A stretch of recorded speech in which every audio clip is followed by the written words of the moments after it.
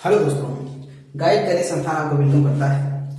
There is no substitution of hard work. जी हाँ दोस्तों, कठिन परिश्रम का कोई विकल्प नहीं होता है। इसी विचार के साथ हम लोग आगे बढ़ते हैं। जो हम लोगों का सब्जेक्ट चल रहा है क्लास 10 का साइंस एनसीईआरटी बेस्ड पर, और जो हम लोगों का तीसरा सब्जेक्ट सामने नजर आ रहा है धातु एवं अधातु। जी हाँ दोस्तों, मेटल और नॉन मेटल, इन दो चीजों को पढ़ते हैं आसानी से, पूरी तरीके से चैप्टर खत्म हो जाएगा। तो पहली बात तो हम धातु हैं जो अधातु हैं इनके भौतिक गुण को समझते हैं, उसके बाद रासायनिक गुण को समझेंगे। पहली बात भौतिक गुणधर्म की बात किया जाए, फिजिकल प्रॉपर्टी की बात किया जाए, तो हम धातु लेते हैं। धातु क्या होते हैं? पहली बात तो अपने माइंड सेटअप में ये तय कर लीजिए, वो धातु किसे कहते हैं, अधातु किसे कहते हैं, उपधातु किसे कहते हैं, क्षारीय धातु किसे कहते हैं, और संक्रमण तत्व क्या होते हैं। जी हाँ दोस्तों, जैसा कि आप स्क्रीन पे देख रहे हैं, आधुनिक और सारी पेरियाडिक टेबल, इसमें आप जब दाएं की तरफ देखेंगे, दाएं की तरफ जितने भी तत्व सामने दिखाई दे रहे हैं वो सब के सब क्या है, धातु। और बाएं की तरफ किनारे की साइड में जितने भी तत्व दिखाई दे रहे हैं वो सब के सब क्या है, अधातु हैं। अब बीच में दाएं और बाएं के जो बीच में बच रहे हैं उन्हें उपधातु कहते हैं, और उपधातु के ठीक नीचे वाले तत्वों को संक्रमण तत्व कहते हैं। यह दोस्तों इस तरीके से आपने एक डेमो की तरह सीखा धातु और अधातु किसे कहते हैं। फाइनली अब देखते हैं धातु किसे कहते हैं। तो इसकी कई एक्टिविटी हैं, कई क्रियाकलाप हैं, इनको 1 by 1 सीखने से ही बेहतर से हम समझ सकते हैं। पहला है एक्टिविटी 3.1 में क्या सिखाना चाहता है, धात्विक चमक। जी हाँ दोस्तों, जितने भी धातु होते हैं वो चमकते हैं। धातुओं की बात की जाए, आप सोने का नाम जानते हैं, सोना, चांदी, एल्युमिनियम, जिंक, लोहा, कॉपर, ये सारे जितने भी मैं नाम ले रहा हूँ सब क्या है, धातु। जैसे कि आप देख रहे हैं iron, aluminium, copper, magnesium, sodium, nickel, lead मतलब सीसा होता है, जिंक, सिल्वर, Hg मतलब मरकरी, टीन हो गया, सॉरी टाइटेनियम हो गया, और ये टीन हो गया, सीजियम, गैलियम, ये भी सब क्या है आपके धातु। आपको यही सब थोड़ा अजीब लग रहा होगा, मैंने बोला था केमिस्ट्री सब्जेक्ट छूने से पहले आप 1 से 50 तत्वों का गहन अध्ययन अति आवश्यक हो जाता है, तभी जाकर के केमिस्ट्री आपके लिए आसान होता है। कोई बात नहीं, यह फिर से आयरन होता है, एल्युमिनियम होता है, ये बहुत सारे संकेत हैं, ये लेड, सीसा, पीबी है, और ये मरकरी है, Hg, ऐसे बहुत सारी चीज हैं, 1 by 1 हम लोग समझते हैं। तो धातु चमक की बात कर रहे थे। जितने भी धातु हैं वो सब क्या होते हैं, सब चमकते हैं, उनमें चमक का गुण होता है। और जितने भी अधातु हैं,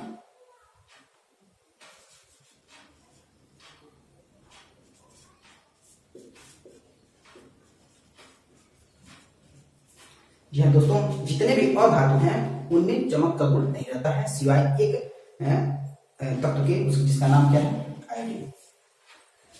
आयोडीन एक ऐसा अधातु है जिसमें मतलब चमक वाला गुण होता है, और बाकी किसी ऐसे अधातु में चमक का गुण नहीं होता है। लेकिन धातु की बात किया जाए तो सभी के सभी धातु क्या होते हैं, चमकते हैं। ठीक है, इस तरीके से हमने पहले एक्टिविटी को समझा, धातु चमक, मेटेलिक साइन जिसे कहते हैं। जी हाँ दोस्तों, मेटेलिक साइन में क्या होता है, हमें ये डिफाइन करना होता है जो धातु में है, अधातु में है, कौन चमक रही है, कौन नहीं चमक रही है। तो सारी धातु में चमकती है, चमक होता है। और अधातु की बात करें केवल आयोडीन जो है जिसमें चमक होता है।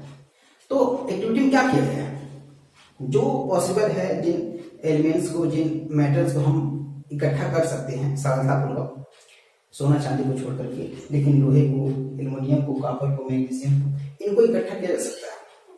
और उन्हें एक प्रैक्टिकली करने की बात कह रहा है, उनको सबको 1 by 1 रखने के लिए बोल रहा है, और आपको निरीक्षण करने की बात कर रहा है तीसरे पहले एक्सरसाइज में इस चैप्टर के। वही जानना चाहता है कौन चमक रहा, कौन कितना चमक रहा, ये सारा चीज इसमें बताना था।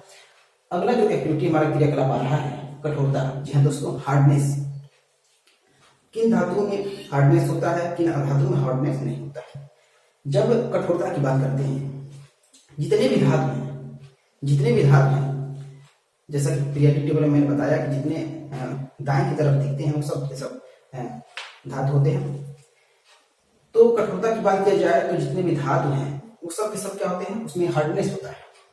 जी हाँ दोस्तों, कुछ ऐसे धातु हैं जो नहीं हार्डनेस होता। जैसे कि बात करें आपका लिथियम, सोडियम, पोटेशियम। जी हाँ दोस्तों, कहीं न कहीं क्षारीय धातु भी होते हैं, लेकिन वास्तव में धातुओं की बात किया जाए तो इतने ये नरम होते हैं कि आप ये चाकू से काट सकते हैं। जी हाँ दोस्तों, ऐसे धातु जिन्हें आप चाकू से काट सकते हैं आपके सामने दिखाई दे रहे हैं, लिथियम, सोडियम, पोटेशियम। ठीक, और साथ ही साथ एक ऐसा धातु, जी हाँ दोस्तों, एक ऐसा धातु जो जल की तरह है, लेकिन उसका नाम उसको किस में रखा गया है? धातुओं की श्रेणी में रखा गया है। जी हाँ दोस्तों, उसका नाम है मरकरी, Hg। मरकरी होता है एक तत्व का नाम है जो धातुओं की श्रेणी में है, लेकिन होता कैसा है? लिक्विड फॉर्म में होता है। जी हाँ दोस्तों, द्रव फॉर्म में होता है। ठीक, हार्डनेस की बात होगा धातुओं के लिए, और हार्डनेस की बात होगा अधातुओं के लिए। अधातुएं, जितने भी अधातुएं हैं वे बहुत ज्यादा कठोर नहीं होती। जी हाँ दोस्तों, धातुओं के मुकाबले अधातु बहुत ज्यादा कठोर नहीं होती हैं। एक सामने नजर आ रहा है ब्रोमीन। जी हाँ दोस्तों, ब्रोमीन एक ऐसा अधातु है जो लिक्विड फॉर्म में रहता है।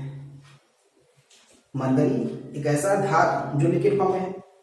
अधातु में ब्रोमीन जो लिक्विड फॉर्म में है। ये दोनों चीजें आप एकदम माइंड सेट में रखिएगा।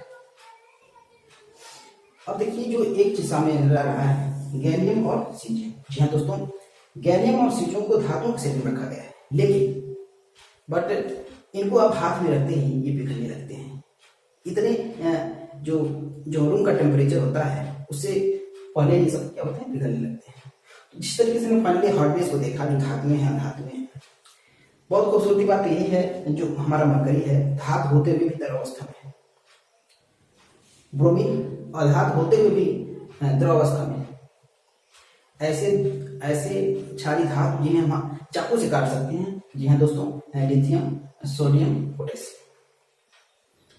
ऐसे धातु जिन्हें हाथ पर रखते हैं पिघलने लगते हैं।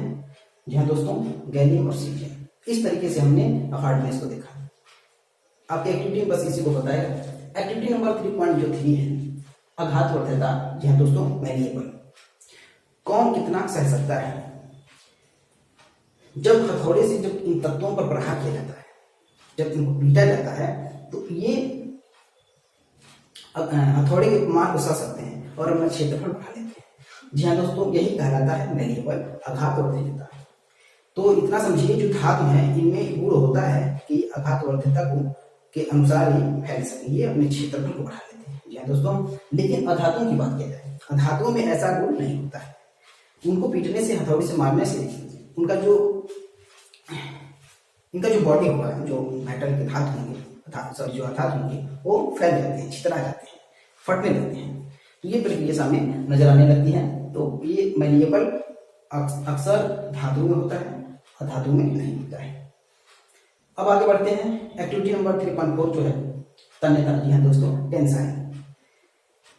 जो तन्यता का मतलब होता है, यूं समझिए तलने का गुण। उसे इतना बारीकी से तार बना दीजिए, वही तलने का गुण है, तन्यता कहलाता है। ये तो जी हाँ दोस्तों, आपको हैरानी होगी, आपको हैरानी इस बात में होगी,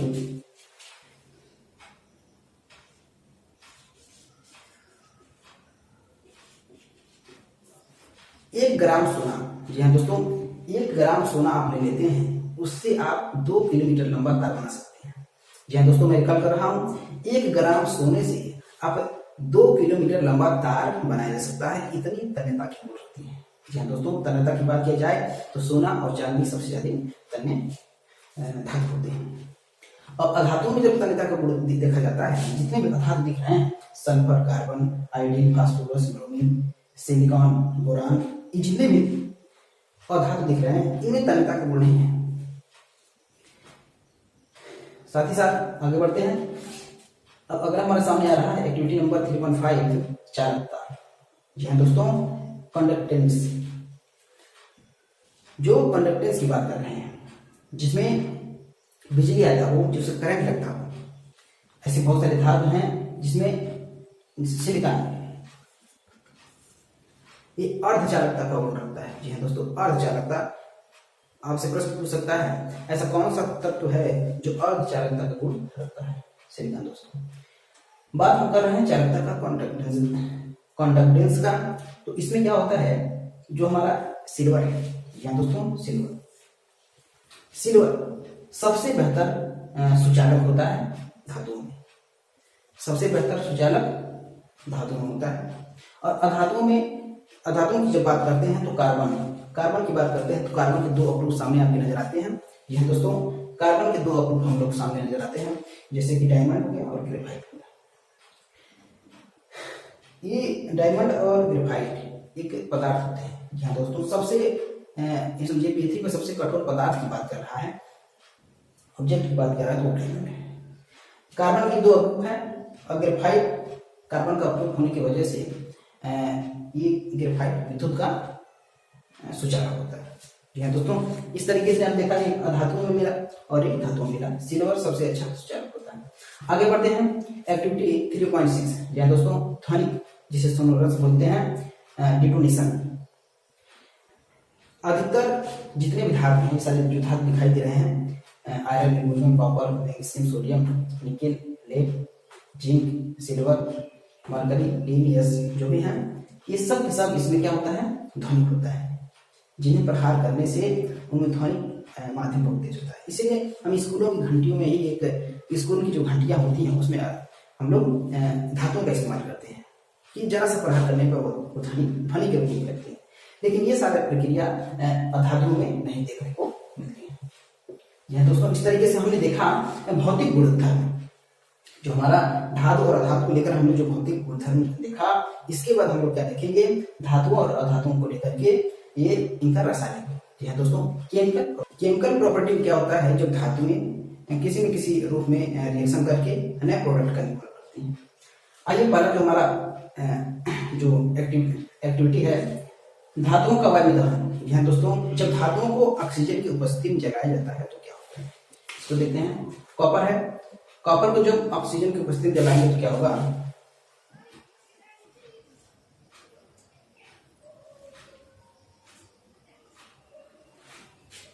कॉपर ऑक्साइड बनेगा। जी हाँ दोस्तों, जब कॉपर को ऑक्सीजन की उपस्थिति में जलाएंगे तो कॉपर ऑक्साइड बनेगा।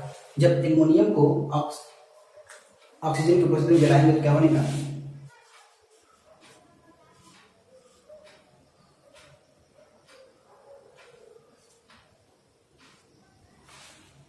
दोस्तों एल्युमिनियम ऑक्साइड बनेगा। जब एल्युमिनियम को ऑक्सीजन की उपस्थिति में जलाएंगे एल्युमिनियम ऑक्साइड बनेगा। साथ ही साथ जब सोडियम भी एक धातु है, सोडियम को ऑक्सीजन के साथ जलाएंगे तो क्या बनेगा,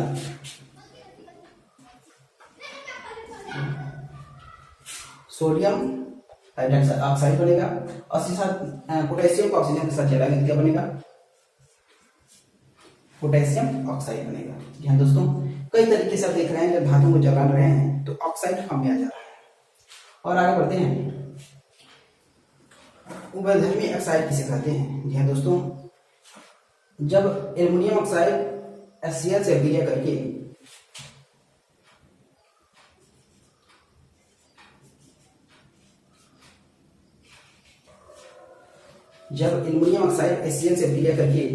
एल्युमिनियम ट्राइक्लोराइड बनाता है, साथ ही साथ जल का निर्माण करता है।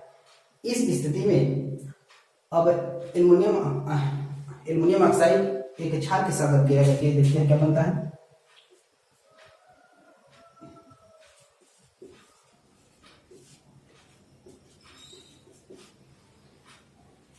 जी दोस्तों, हमने देखा जब एल्युमिनियम ऑक्साइड को, पहली बात इधर आइए, जब एल्युमिनियम को ऑक्सीजन के साथ हमने अभिक्रिया कराया, एल्युमिनियम ऑक्साइड बन रहा है। अब एल्युमिनियम ऑक्साइड एक अम्ल के साथ, एसिड के साथ रिएक्शन करके एल्युमिनियम ट्राइक्लोराइड बना रहा है। साथ ही साथ एल्युमिनियम ऑक्साइड एक क्षार के साथ, बेस के साथ अभिक्रिया करके, सोडियम हाइड्रोक्साइड के साथ अभिक्रिया करके सोडियम एल्युमिनेट बनाता है। दोस्तों सोडियम एल्युमिनेट, और साथ ही साथ जल, ये प्रक्रिया है। इसका एक अम्ल और क्षार के साथ अभिक्रिया कर लेना, यही कहलाता है उभयधर्मी ऑक्साइड, उभयधर्मी ऑक्साइड। ठीक, इसके बाद हम लोग आगे बढ़ते हैं। जो हमारा अगला रासायनिक गुणधर्म जो एक्टिविटी सामने दिख रहा है, धातुएं जब जल से क्रिया करती हैं या दोस्तों जब धातुएं जल से क्रिया करेंगी तो क्या बनेगा, ये पोटेशियम है, पोटेशियम जब जल से क्रिया करती है तो क्या बनता है,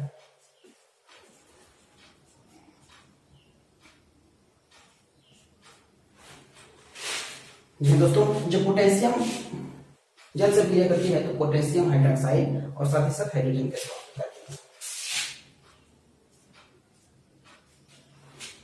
जब बात करते हैं सोडियम, सोडियम जब जल से क्रिया करती है तो क्या बनाती है,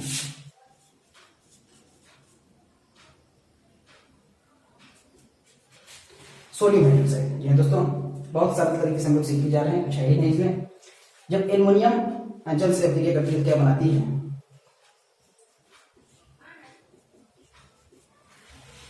एल्युमिनियम ऑक्साइड बनाती है। जी हाँ दोस्तों जब आयरन जल से क्रिया करता है तो क्या बनता है,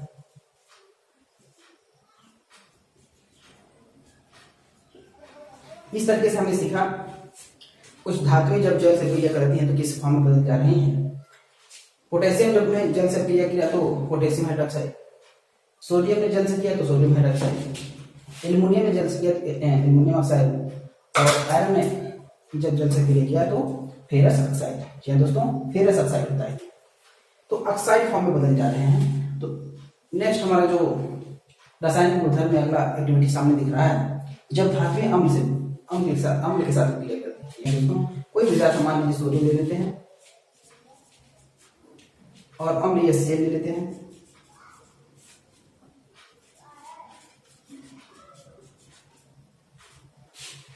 अब जिस तरीके से देखा एक धातु को अम्ल के साथ क्रिया कराने पर साल्ट का निर्माण कर रहा है, या दोस्तों नमक का, और साथ ही साथ हाइड्रोजन गैस निकाल रहा है। तो ये प्रक्रिया रही, जब हम धातु को लेते हैं और साथ ही साथ एक अम्ल लेते हैं तो यहाँ लवण का निर्माण होता है और ये हाइड्रोजन गैस। इस तरीके से हमने देखा रासायनिक गुणधर्म अन्य अन्य फॉर्म में, ऑक्साइड के फॉर्म में, इधर उभयधर्मी ऑक्साइड के फॉर्म में, जब जल के साथ क्रिया हो रहा है उसके फॉर्म में, और साथ ही साथ जब धातु अम्ल से क्रिया कर रही है उसके फॉर्म में। इन तमाम चीजों को समझने के बाद हमने रासायनिक गुणधर्म समझा, और इस अगले पार्ट को हम एक नए वीडियो में एक नए उमंग के साथ लेकर आएंगे। तब तक के लिए